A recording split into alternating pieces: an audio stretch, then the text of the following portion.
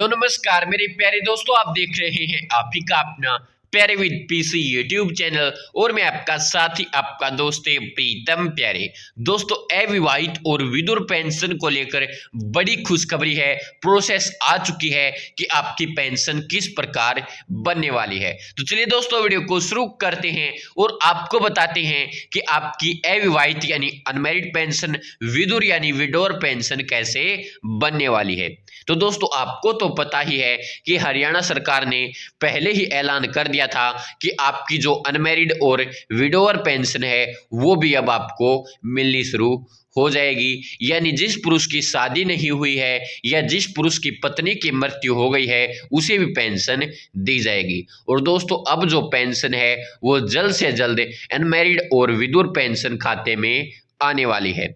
जिसकी दोस्तों पहले ही पेंशन बन गई थी उनकी पेंशन दिसंबर महीने से स्टार्ट हो गई है। और आपको पता है कि जो पेंशन होती है वो पिछले महीने की अगले महीने में आती है। तो जिसकी पेंशन 2-3 महीने पहले बन गई थी उनकी जो पेंशन है जनवरी महीने में डल जाएगी 2750 रुपये। और उससे अगले महीने यानी फरवरी में उनकी जो पेंशन है वो 3000 रुपये आनी शुरू हो जाएगी। यानी एक पेंशन उन्हें 2750 रुपये मिलेगी और अगली जो पेंशन है उन्हें 3000 रुपये दी जाएगी। अब दोस्तों ये जो पेंशन है वो अब किस प्रकार बन रही है, यानी अगर आपको पेंशन बनवानी है तो आपकी पेंशन किस तरह बनाई जाएगी, ये आपके मन में इच्छा होगी जानने की हमारी पेंशन कैसे बनाई जाएगी या कैसे बनेगी। तो दोस्तों पेंशन बनवाने के लिए आपको कुछ भी करने की आवश्यकता नहीं है, यानी कहीं भी जाने की आवश्यकता नहीं है, कोई फॉर्म फिल करने की आवश्यकता नहीं है और न ही अधिकारी आपके पास आएंगे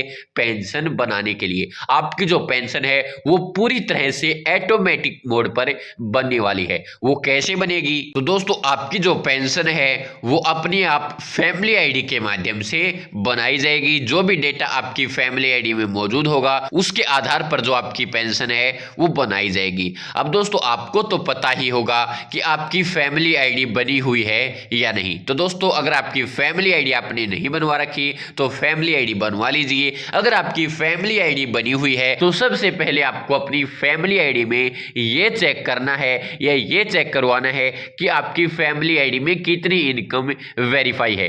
दोस्तों अगर आपको अनमैरिड पेंशन बनवानी है यानी अविवाहित आपकी पेंशन बनने वाली है क्योंकि आपकी शादी नहीं हुई है और आपकी जो उम्र है वो 45 साल से ऊपर हो गई है या 45 साल हो गई है, तो सबसे पहले आपको अपनी इनकम चेक करवानी है कि आपकी जो फैमिली आईडी है उसमें आपकी इनकम 1,80,000 तक या उससे कम वेरीफाई है या नहीं। अगर दोस्तों इससे ज़्यादा वेरीफाई होगी तो आपकी अनमैरिड पेंशन नहीं बनेगी, अविवाहित पेंशन नहीं बनेगी। इसलिए सबसे पहले आपको अपनी इनकम चेक करवा लेनी है। अब दोस्तों बात आती है कि अगर आपकी विधुर पेंशन यानी विडोर पेंशन बनने वाली है क्योंकि आपकी पत्नी की मृत्यु हो गई है और आपकी जो उम्र है वो 40 साल या उससे अधिक हो गई है, तो आपको अपनी फैमिली आईडी में यह चेक करना है कि आपकी जो इनकम है वो 3 लाख तक या उससे कम वेरीफाई है या नहीं। अगर ज्यादा है तो आप उसे रिक्वेस्ट डलवाकर कम करवा लीजिए, वरना आपकी पेंशन फिर नहीं बन पाएगी।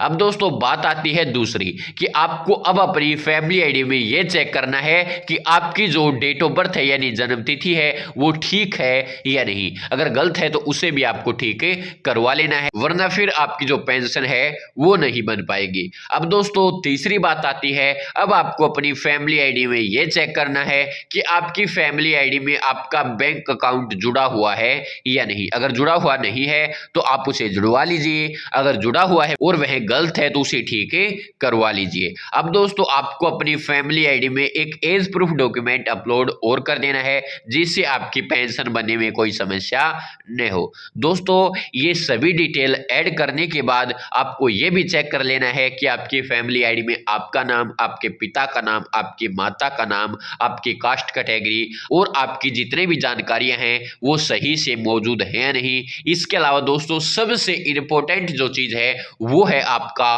Marital status. अगर दोस्तों आपकी शादी नहीं हुई है तो आपको अपनी फैमिली आईडी में ये देखना है कि आपकी फैमिली आईडी में आपको अनमैरिड दिखाया हुआ है या नहीं। अगर अनमैरिड नहीं दिखाया होगा तो आपकी पेंशन फिर नहीं बनेगी और अगर अनमैरिड दिखा रखा है तो आपकी पेंशन जल्द से जल्द बन जाएगी। इसके अलावा दोस्तों आपको ये भी चेक करना है, अगर आपकी पत्नी की मृत्यु हो गई है तो उसके अंदर दोस्तों आपको मैरिड की जगह विडोवर दिखाना है। अगर विडोवर दिखा रखा है तो आपको चिंता करने की आवश्यकता नहीं है, और अगर विडोवर नहीं दिखा रखा तो आप उसे विडोवर करवा लीजिए ताकि आपकी पेंशन फिर बन पाए। अब दोस्तों आपकी फैमिली आईडी में आपने ये सभी चीजें चेक कर ली हैं, यानी आपकी जन्म तिथि, आपकी इनकम, आपका मैरिटल स्टेटस, बैंक अकाउंट और एज प्रूफ डॉक्यूमेंट और आपकी सभी जानकारियां फैमिली आईडी में ओके हैं, आपकी फैमिली आईडी बनी हुई है। बस दोस्तों आपको अब कुछ नहीं करना है। जैसे ही अब आपका नंबर आएगा आपको एक मैसेज सेंड कर दिया जाएगा कि आपकी जो पेंशन है वो शुरू हो चुकी है, यानी आपकी पेंशन अप्रूव कर दी गई है और आपकी जो पेंशन आईडी है वो भी उस मैसेज के अंदर दी गई होगी। यानी आपकी पेंशन अप्रूव होते ही आपके पास एक मैसेज आएगा कि आपकी पेंशन बन चुकी है, अप्रूव हो चुकी है और आपकी पेंशन आईडी ये है। यानी कि दोस्तों सारी जो प्रोसेस है वो ऑटोमेटिक चलेगी, अधिकारी आपके पास घर पर भी अब नहीं आने वाले, ऑटोमेटिक ही आपकी जो पेंशन है वो बना दी जाएगी, पेंशन जारी कर दी जाएगी। और पेंशन बनने के 1-2 महीने के बाद आपकी जो पेंशन है वो आपके खाते में डल भी जाएगी। और अब दोस्तों ये जो पेंशन बनी हुई है, जिसकी पेंशन पहले बन गई थी 2-3 महीने पहले, उन सभी की जो पहली पेंशन है, यानी इस योजना की जो पहली पेंशन खाते में डलेगी वो जनवरी महीने में डलने वाली है। यानी अगले महीने में ही लाभार्थियों के खातों में जो पेंशन है वो आनी शुरू हो जाएगी और इस पेंशन, इन दोनों पेंशनों की शुरुआत हरियाणा सरकार